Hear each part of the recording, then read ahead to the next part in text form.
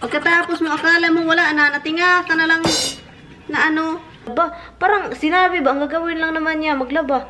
Hindi naman sa yun yung maglaba. Uy, ang hirap maglaba.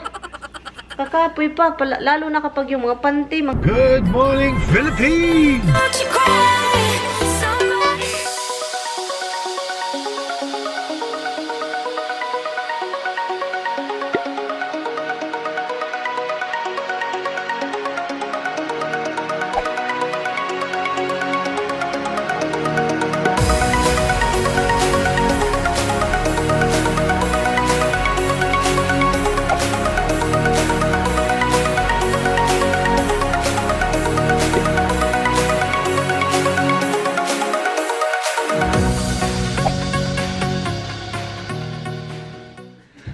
Good morning sa lahat. And good morning sa inyo. Alam nyo ba, gusto kong gamitin yung jacuzzi ko. Pero na ano ako natatamaran ba kasi 'di ba magamit ng jacuzzi pagkatapos linisin. Ay iwan ko. Parang yung linis-linis sa jacuzzi ba, parang waste of time. Pero itong laro ko hindi siya waste of time. But anyway, good morning sa inyong lahat guys. And kakain lang tayo ng as usual egg at saka croissants at coffee. Gusto ko sana, today is Monday. Gusto ko sana pumunta sa isang bahay guys kasi andun yung asawa ko, hindi siya nag-off ngayon. Off siya ngayon, hindi nag-off. Off siya ngayon pero ay, Roxy, uy ano ba yan? So, off niya ngayon. So, sabi pa niya, mag-relax siya ngayon. Matutulog siya ng marami kasi walang tulog, guys. Wala siyang tulog. So, at saka may plano siyang magluluto. Dahil wala siya doon mga everyday doon sa isang bahay at saka hindi magluluto yung ina niya. So, sabi ko sa kanya, punta ako doon, ako na magluluto. Oy, sus, guys, ginoo ko. Ang nangyari, guys, kagabi, nag-slushy yung ulan pero may halong ice slushy ba yung ice na nag-slash. O ngayon, slushy, sus, ginoo ko. Umuulan ngayon, grabe, sobrang hangin, lakas. So yun. So, sabi ko, hindi na nga ako, kasi, malala later on, yung ulan gumagrabe at saka yung hangin. Saka ngayon, ulan ng ulan siya. At saka nanonood ako, tumitingin ako sa labas, may slushy pa rin left over from last night. So, takot ako. So, sabihin ko sa kanya na hindi na ako. Kasi gusto kong pumunta dun para makita ko siya. At saka magluluto ako. Parang wala na siyang gawin ba? Mag-relax na lang siya. Kaso, itong weather din utak. Ay, na-miss ko yung pandesal talaga na in-order ko sa Phil's Stop ba yan? Masarap yun Alam nyo, may sasabihin pala ako. Sa agang-agang ito, magchika-chika tayo. Diba si Beyonce, alam naman natin si Beyonce, ano siya? Okay, singer si Beyonce, sikat. As in, grabe ka sikat.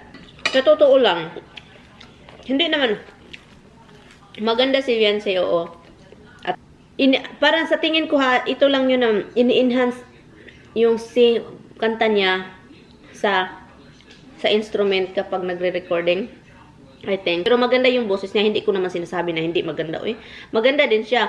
Ang ano ko lang, addict yung ibang tao sa kanya kasi yung movement niya, same man rin yung movement niya kahit noon hindi naman nagbabago. Yung dance style niya ba? Ganun na. Same pa rin Walang hindi ako maka-Beyonce na yung alam nyo kung sino yung pinakagusto kong mga singer dito. Si Mariah Carey. Maganda talaga yung boses niya. Kaso paminsan, nawawala yung beret niya dahil tumatanda na ata. At, alam nyo ba, gusto kong bumabalik si Mariah Carey sa yung mga suot niya, style jeans. Grabe, sumisiksi na siya. Parang siksi na palagi yung suot niya ba? Mas nice yung yung noon na Mariah. Maganda. Simple. Beauty. Simple lang talaga. At saka yung curly hair niya. Ang pinaka-ano ko talaga is a country song. Kate Urban. Yung country music talaga. Gusto ko. Blake. Yun. Anong sa isip ko ba? Nagagalit na talaga yung Panginoon, guys, dahil kahit yung mga kapwa mo tao, inano mo na, yun sa Syria, yung mga bata na nag-chemical, yung nag-bombing sila ng chemical, diba? Ang hirap yun, maraming patay. Ay, nako, guys. Talaga ako, babalik talaga yung Panginoon as soon as possible dahil sa mga nangyayari sa mundo. As in, gumagrabe na talaga.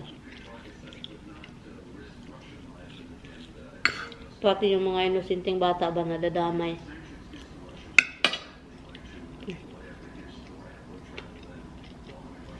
Ang gagawin na lang natin, mag-ready na lang tayo. Ibig sabihin ng ready dapat. Hindi na nga ako nakasimba, guys.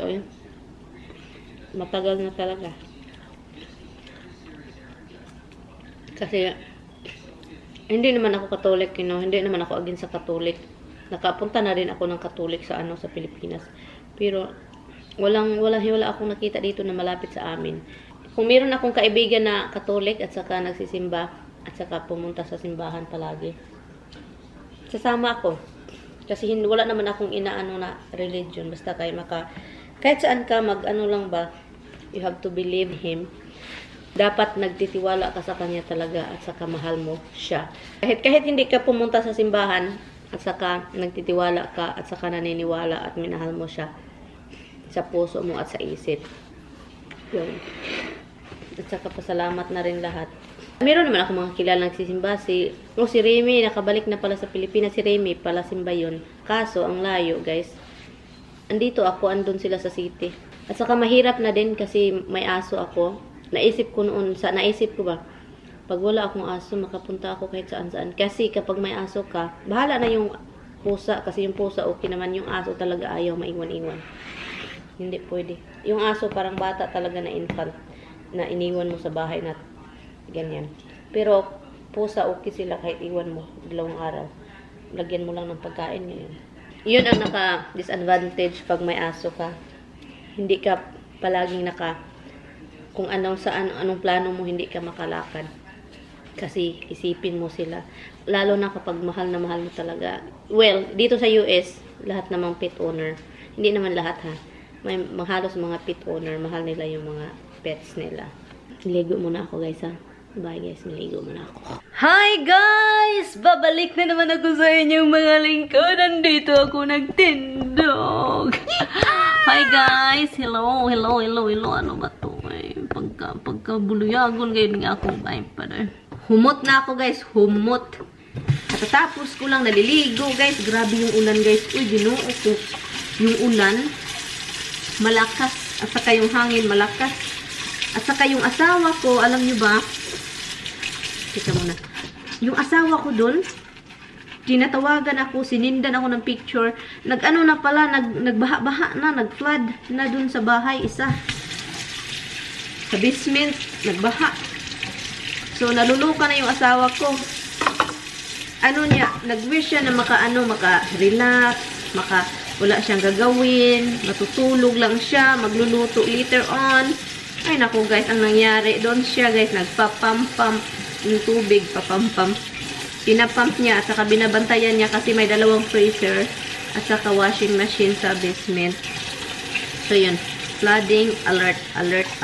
Alam nyo ba guys, ako lang ba, alam naman natin guys, yung kung dahil sa kugmo ba? What? Kung kayo guys, kung kumakain kayo, skip nyo lang itong video na to for few seconds, mga 10 seconds. Okay, kanang kugmo ba? Yung kugmo yung sa ilong. So, yung pagkatapos mong naliligo, di ba? Ako, ganon ako ganon, pero hindi nangyari ngayon naalala ko lang guys kasi kapag naliligo kayo at saka binublo mo yung nose mo, ang nangyayari, akala mo lumabas na lahat guys, may natira pa pala sa ilong mo guys. Pagkatapos mo, akala mo wala na, natinga ka na lang na mirong gumagahi, tumitigas sa ilong mo. So, yung yung sipon mo pala tumigas. Akala mo nakuha na yung kugmo. Doon, hindi nakuha lahat. Doon, tumigas. Ay, talaga naman. Kahit na lang pinag-usap-usap pinagsasabi ko dito guys. Anyway, ano ng oras guys? At 12:46 na ng umaga. Saka yung ulan, so si Misty, hindi yan lalabas dahil umulan. Hindi yan lalabas. May nakakilala ako noon ba guys, yung you know, hindi naman sobrang yaman, pero asawa niya is puti. At saka, you know, kahit hindi sobrang mayaman, pero nandun sila sa Cebu, may mga maid. So, doon sa Pilipinas, maid talaga. Tigluto, tighugas, tiggrocery, di ba? Sa Pilipinas, yung mga may kaya, kahit walang kaya, basta kay may pangsweldo. Kasi marami ka nang makukuha ngayon ng mga katulong na galing probinsya. Kahit noon na mababayaran mo lang ng 2,000 a month, tiglaba, tighinlo, tigluto, tiggrocery, yun lang. No? Pero dito sa US, guys, na Ginoo ko, mag-hire ka ng katulong, guys. Kung mag-hire ka ng katulong dito, ang mangyari, purdoy ka. Purdoy talaga. Ang mahal dito, hourly. Ginoo ko. Ang resulta yan, wala ka ng pira. Dahil binayad mo na sa katulong mo. Kahit saan may mga kakilala ka. Oh, may kakilala ka sa probinsya. Naghanap ako ng katulong.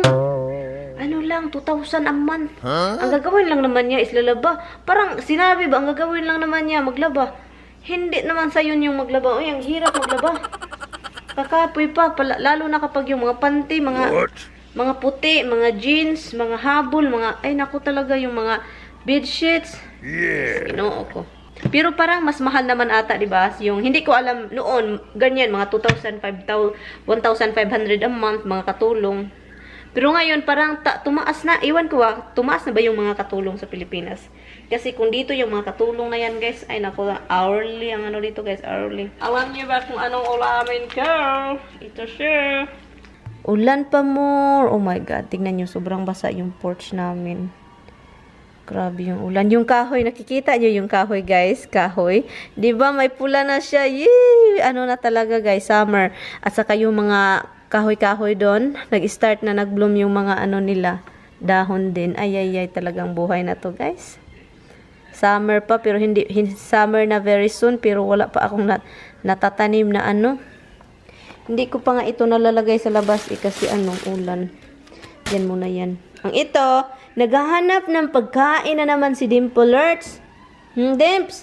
Alam niya, papunta niya ako doon. Alam niya. Yan, titingin yan dito. Titingin yan dito. Tingnan niyo. Na? Hi guys! Magmukbang na naman tayo. But I have sardines. Really good guys. Lego. And of course, kalamunggay. Moringa, at saka yung bihon. This is my lunch. Lunch ko to, guys. Ang sarap nito, oy, bihon, oh. Sa taas, eh. Naalala ko yung sa Bukirin, kapag may magsuhol ba. Magpakain ka naman, 'di ba? Kung may mag-hire ka ng mangguna. Kung maglilinis sa Bukirin mo, mag-hire ka, so ikaw magluluto ka. Ito yung ipapakain sa iyo, munggo. At saka ito, sinabawang bihon. With sardines. Yun lang naman. Sarap nito, guys. Sabaw.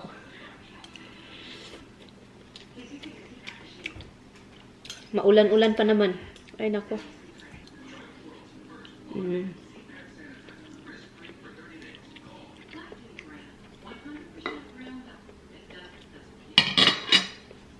Nabusog na ako, guys.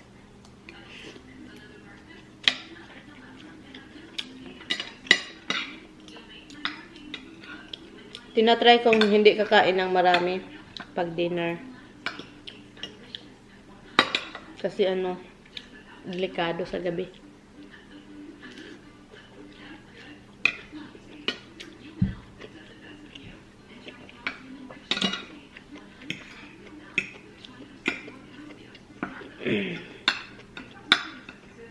Nag-stop na yung guys, ulan, wala nang ulan. So, yeah, so hopefully hindi na siya ulan talaga. Hello, I forgot to close this. Good girl, manaoy. Good girl, Roxy, oy. What a good girl, oy. What a good girl, oy.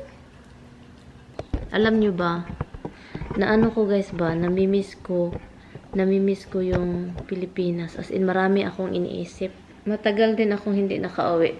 Last kong uwi is 2015. Usually, uwi na ako this year, 18. Uwi, pero hindi. Kapag umuwi ka sa Pilipinas, yung ticket mo.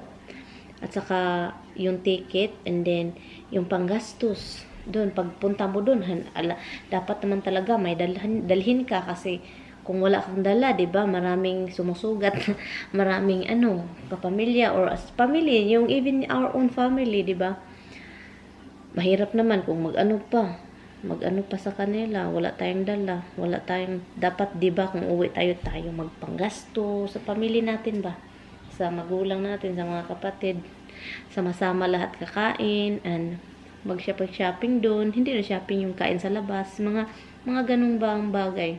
Gusto ko nang ma-feel na andito na lagay yung atmosphere, na andito na yung asawa ko, talagang andito na kami nakatira, dito na yung asawa ko, as in dito na talaga siya. Gusto ko nang ma-feel yun. At saka I can't wait talaga, hindi ko na mahintay na sana yung si Tami ay magbalhin na talaga, punta na dito. Mahirap kasi may trabaho siya at saka yung mga gamit niya sobrang bigat na mga mga tools kasi bigat. So hindi ko siya basta-bastang madala dito, ako lang mag-isa kasi dapat may trailer, mag-hire ka ng trailer, ilagay mo lahat sa trailer. Ang bigat, ako lang mag-isa plus mag-drive, ganyan. Hindi naman ako pwede mag-drive ng trailer. Anyway, thank you guys so much for watching. And I'm going to end this vlog. Salamat sa inyong lahat guys ha. And so yun lang, and wala na akong masyadong ganap. Kasi 6:40 na and matutulog din ako early today. Oh my god, nakikita niyo ito guys. Dito, puti. Dry ni siya, look, nafe-feel ko. Nilagyan ko siya ng vitamin E oil din. Pero magda-dry pa rin. Iwan ko ba? Dito. Ayaw ko naman siya palaging anuhin. Yan. But anyway guys, thank you guys so much for watching. I-end ko na tong vlog dito guys ha. Salamat sa inyong lahat. And yes, so yun, bye guys. Bye bye. See you tomorrow. Bye bye.